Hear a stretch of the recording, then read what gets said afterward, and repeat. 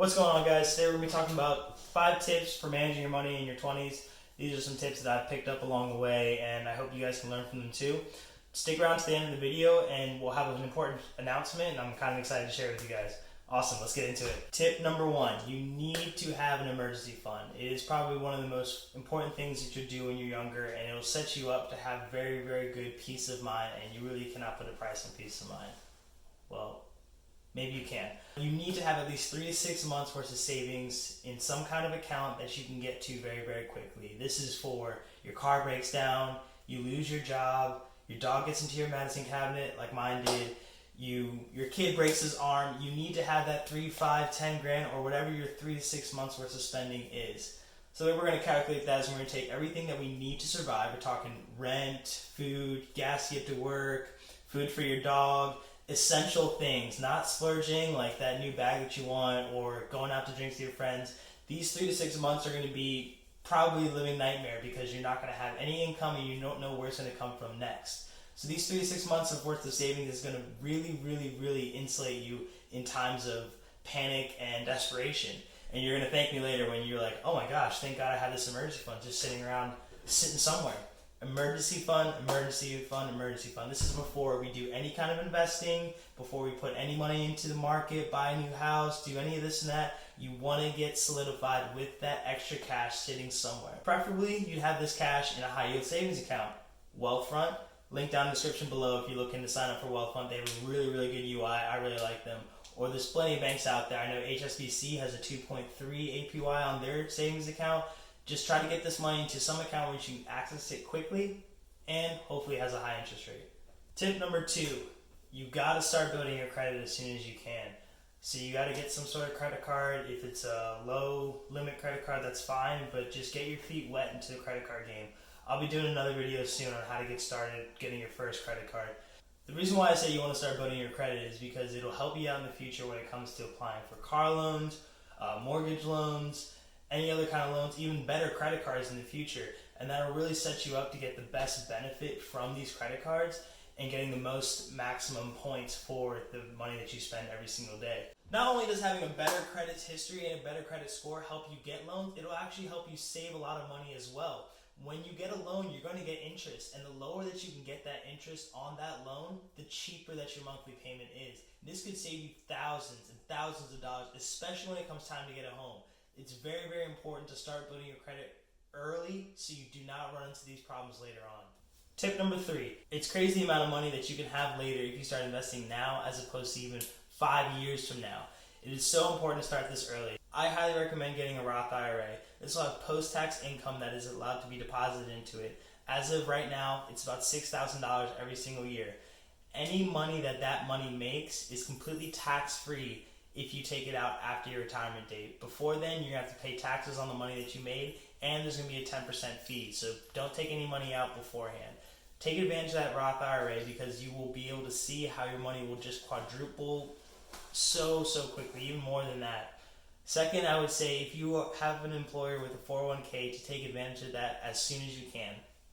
If they have a match, get it and get the highest match possible. I'll say it one more time. If they have a match, get the highest match possible. I cannot stress that enough. That is free money that they are giving you. That money will also compound on itself and just explode for you. So when you retire, you're going to be sitting on a beach somewhere just saying, oh, thank God I listened to Dylan in these videos. Get the highest match. I promise you, it'll be the best thing you ever did. It looks like crap now because there's going to be more money taken out of your paycheck and you'll be like, I could have used this for this, this, and that. But that's why this is already after you've established your emergency savings account. You take the highest match from the 401k and watch your money explode. Tip number 4. A lot of people might not agree with me on this one, but I highly suggest moving all your daily spend over to some sort of credit card that gives you some sort of rewards points. The reason I say this is because 1, using a debit card is not very secure. I'll have a video for that soon. But also you're leaving a lot of rewards and cash on the table. If you have a card like the Chase Sapphire Reserve, you can be earning 3x back on all your purchases that are under travel and dining. Or you could have a more blanket card, maybe like the Quicksilver cashback card from Capital One that gives you 1.5, or even the Chase Freedom Unlimited, which will give you 1.5 on everything as well. you'll never pay full price for anything again, which is really, really important. And also you can use those points for other things, say if you're in the Chase ecosystem. Now a lot of people, like I said, might not agree with me on this, but the number one thing that you need to remember is that you need to almost treat it like a debit card. You're paying this thing off every month in full. You're not carrying a balance, you're not accruing any interest. You're going to use these credit cards as a replacement for your debit card, and you're going to use them wisely because you're trying to get the most bang for your buck when it comes to earning those rewards back and getting the best value you can from your everyday spend. Last but not least, tip number 5. We need to be very, very self-aware of our daily spending habits and our daily income because we need to understand where our money is going and where it's coming from. You need to start budgeting. I know. Budgeting. Everybody hates that word. Everybody starts to get immediately stressed out. They hear budgeting, they're like, oh, I don't want to do that, or oh, I keep my budget in my head.